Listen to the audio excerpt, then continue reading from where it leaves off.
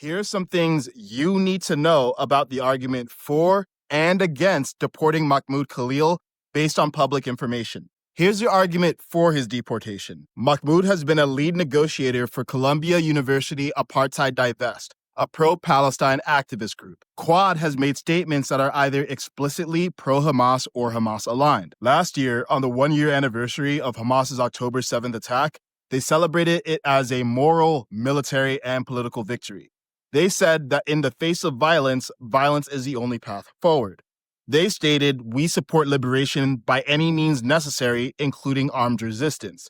They called for the total eradication of Western civilization. And note, Hamas is designated as a terrorist organization by the United States.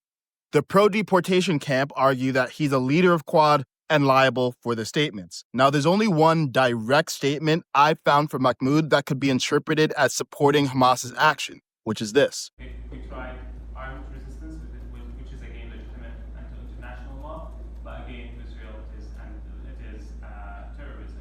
Now, additionally, Mahmoud is a green card holder. Green card holders don't get full First Amendment rights due to plenary power, which lets the president deport non-citizens for speech deemed a national security threat per Congress's laws. Under immigration law, if someone endorses or espouses terrorist activity or persuades others to endorse or espouse terrorist activity, they can be deported, even if they didn't commit a crime.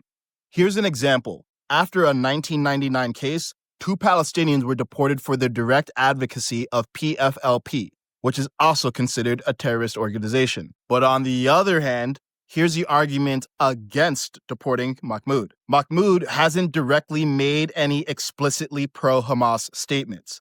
He argues that he had nothing to do with the statements that Quad made. There's no public proof that Mahmoud wrote or backed these specific statements. There's also the argument that, despite precedent, it's unconstitutional for First Amendment protections to not fully extend to non-citizens. Some also argue that this looks like targeting pro-Palestine activists, and they're concerned that this is Trump using terrorism as a pretext to silence voices that are critical of Israel. So, where does that leave us?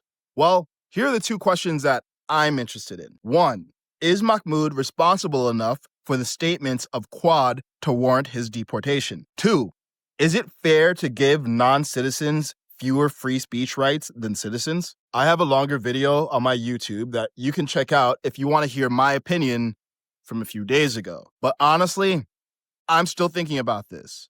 For now, what do you think?